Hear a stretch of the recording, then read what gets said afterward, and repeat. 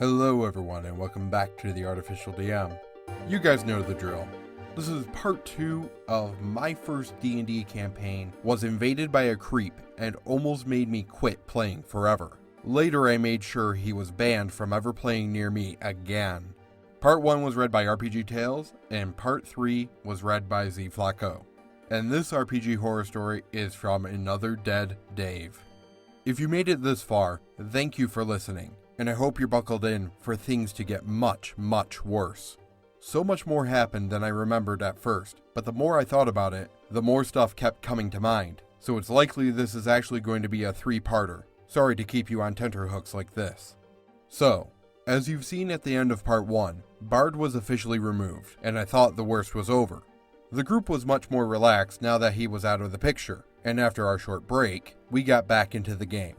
The DM made a new DMPC, a cleric, to try and avoid all the trouble from last time, and tied him in as a guy taking over the supervisor job from the dead guild member. The game restarted back at the guild headquarters, before we were set out to do some non-combat related errands out of town. Finley, who was originally a warlock, was so traumatized by the first and only fight he'd been in, that he decided to stop being a warlock altogether. Out of character, I was struggling with the concept of a warlock. And after seeing it in play, albeit poorly, I actually really liked the idea of playing a bard. So with the DM's permission, I refitted him for his new role, and I found it much more enjoyable to play. I think having a character that was so focused on support and debuff was a lot more relatable to me, and weirdly enough, I think it also helped me build the bonds with the other players I didn't know too well. We got up to level 3, and I started actually getting the hang of my character. By this point, we were maybe 7 or 8 sessions in, and starting to hang out and chat outside of games as well as in them. As I said before, we were in a group chat on Facebook together, and although I didn't add anyone as a friend, I'm very wary about adding people I don't know very well onto my friends list, we still chatted and made plans to meet up and have food together before our sessions, or would go to the supermarket to pick up drinks and snacks. It wasn't usually everyone, but it was at least myself, Mavis, and Sorcerer, usually with Rogue or one of the DMs in tow. The only person who never came with us was Ponytail Paladin. I thought this was a little odd, but since he was still very quiet at the table, I figured he might just be shy or socially awkward. I'm friends with a lot of nerds. I know it can happen, and I wouldn't want to push anyone into a social situation they weren't comfortable with. I also found out through messages in the group chat that he still lived with his parents, and his dad usually dropped him off at the game shop, so I figured it wasn't that unusual. He'd also normally end up arriving after the rest of us, or at least after me, since I was always eager to be there right on time.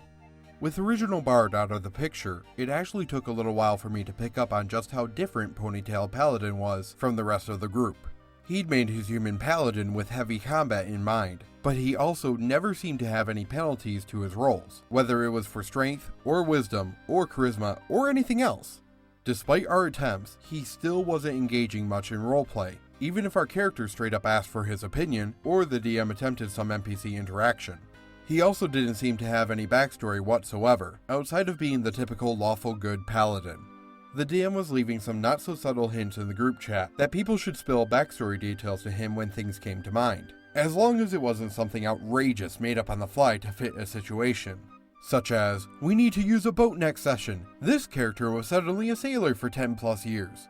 After talking with the other players, it became apparent he was the only person who hadn't put these ideas forward, and the DM admitted to us, privately, that he was getting a little frustrated by this. It was quite literally like having a blank wall at the table, and it wasn't because the DM and the other players weren't trying to engage with him. He just didn't seem to have anything to say or anything he wanted to do. He had no background to draw from, and no real motivation for going along with the rest of the party. It was also around this time that I started noticing some weird habits he had at the table. First of all, he was playing a variant human, and had taken the lucky feat at level 1, allowing him to re-roll his dice. Except we'd never know if he had to actually re-roll, because as soon as his dice stopped moving, he'd snatch it up from the table and hold it up to his face to read it. He did wear glasses, but his eyesight didn't seem that bad. The DM quite kindly offered to lend him a special D20 for people with visual problems, or even read his dice for him, but he declined. I thought at first he might just have been having trouble seeing, but now I am 100% certain he was just cheating and fudging his rolls. He was also extremely protective of his character sheet. The rest of us had our sheets out in the open, but for some reason, he always hid his behind a screen. When asked about this, he'd mumble something about having character secrets written on it, but after a couple of sessions, the DM got tired of this and demanded to see it after a game. And just as expected, it turned out his sheet was entirely wrong. He didn't have a single stat beneath a 14, and had a 20 in both Strength and Constitution. This character was level 3. The DM made some changes, and told him to be more careful about character creation in the future, and to keep his sheet open. If he did have character secrets, he could keep that on a separate paper as long as he shared it with the DM. No such sheet was ever actually made though. Another habit he had involved mumbling to himself. Whenever a scene was going on, he'd mumble under his breath about something, but when the group asked what he said, he would go silent or say nothing. I thought this was strange, but I have friends who have nervous habits, some of whom are on the autistic spectrum, so I thought he might be in a similar boat. He also had a habit of picking up other people's things and playing with them. Rogue had a fidget cube that she took with her to classes, and played with during the game. It helped keep her calm and focused, so nobody minded. But whenever she put it down, or got up to use the bathroom, without fail, he'd snatch it up and start playing with it without asking. He'd also pick up and move around other people's miniatures on the table, or touch their dice, again without permission. The DM asked if he could stop, but it didn't seem to do much. This was probably around the time the first red flag showed up. As mentioned, he usually showed up after us, and the structure of the shop was that people just grabbed their own chair on the way in, and found a space to put it around the table. The second session or so after Bard left, he decided to come put his chair next to me. And I mean, he was uncomfortably close. Much closer than necessary, to the point where our arms would be touching, and he'd constantly lean onto me, which I was obviously uncomfortable with. He also smelled really bad. I try not to judge people for stuff like that, because sometimes you can't help it, but up close, it seemed like he didn't practice the most basic of hygiene. I'm pretty sure I saw lice crawling in his hair, which was constantly brushing up against me for the whole session, and was greasy as all hell. I didn't want to be rude, so I didn't say anything, but I genuinely felt a little nauseous at the end of that session. I was up against a wall, so it wasn't like I could move away either. He wasn't particularly big, he was very skinny, but quite a bit taller than me, and outside of politely asking him to budge along a little, he didn't. I wasn't comfortable confronting him about it. When we were done playing, he stayed in his chair as I packed up my stuff, just sort of staring at me and mumbling whilst I tried to avoid looking at him. Thankfully, his dad called to say he was here to pick him up, and he left. Rogue and Mavis noticed I was uncomfortable, and after asking me, I quietly told them I felt a bit uneasy.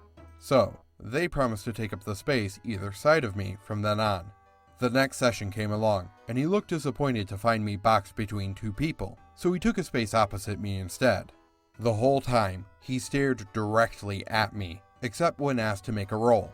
This time, the DM noticed, and after the session, he pulled me to one side and asked if I was okay.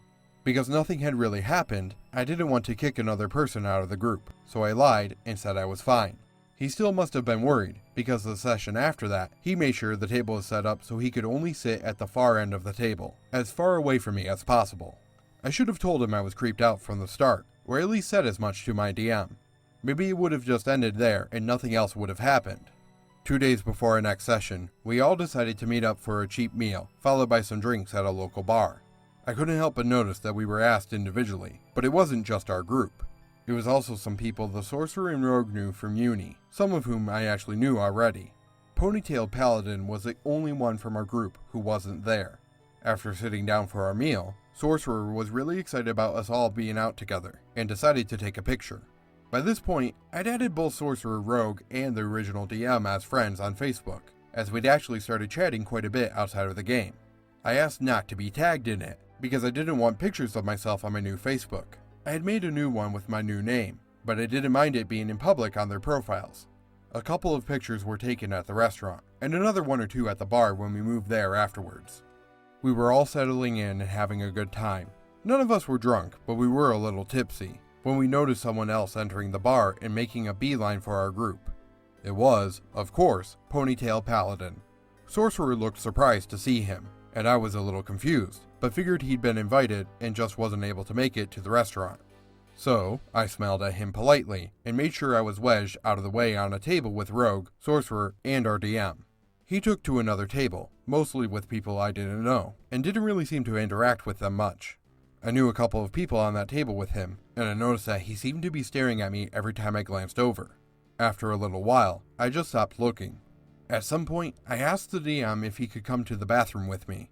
I'd already explained to him that in public, I prefer going with another guy, because I felt more comfortable using the male toilets, and didn't want to get weird looks, which he totally understood. When we came back to the table, I noticed that Ponytail Paladin looked really angry about something, but I didn't pay too much attention. I had had a few drinks at this point, and I was more interested in some story the rogue was telling than what Paladin was doing. Afterwards, we all packed up and said our goodbyes. I hugged pretty much everyone in our group, with the exception of Ponytail Paladin, who was still lingering somewhere in the background. I'm quite affectionate in general towards my friends, especially after a couple of drinks, so this wasn't weird for me to do, and I always check first to make sure people are okay with me hugging them. We all had different buses and rides to catch, and the DM lived in the same direction as my bus stop, so we started walking together, just shooting the shit. I hugged him goodbye when he had to head in a different direction, and stopped to get my headphones out of my bag so I could listen to music for the rest of the short walk. As I was hunched over, I noticed that someone was approaching me, and I quickly stood up, ready to back away if I needed to. My city has a pretty small crime rate, but it was late and I was nervous. When I realized it was Ponytail Paladin, I was relieved, but also kind of uncomfortable. I asked what he wanted, and he told me that it wasn't proper to let a lady walk alone drunk by herself to a bus stop. I was so taken aback by this that I didn't even know how to respond at first. He got closer and tried to put his arm around me, or maybe link his arm with mine, but I pulled away really quickly and told him that I was neither a lady nor drunk enough to not be able to take care of myself. I told him my stop was only a few minutes away, and I walked alone at night all the time without any problems. I think this took him by surprise a little bit, so he lied and said that his bus was in the same direction. I gave him a look and reminded him that I knew his dad picked him up from the car park behind the game shop when he was in town, and he'd already mentioned in the group chat that there were no buses close to where he lived, so it was pointless for him to head in the same direction.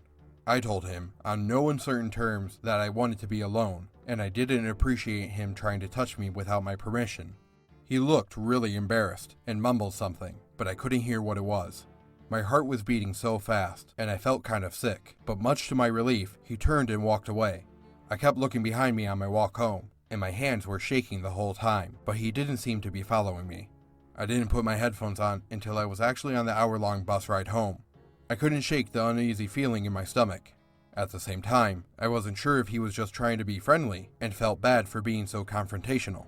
I've had some very negative experiences with men in the past, so I reasoned to myself that I might have overreacted to him trying to be nice, even if he was a little misguided in doing so. Stupidly, I decided not to mention anything to the DM or the other members of the group.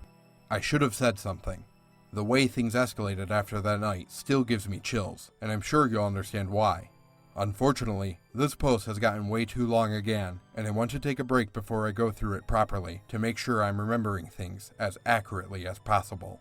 Just keep in mind, things get very dark in the next post.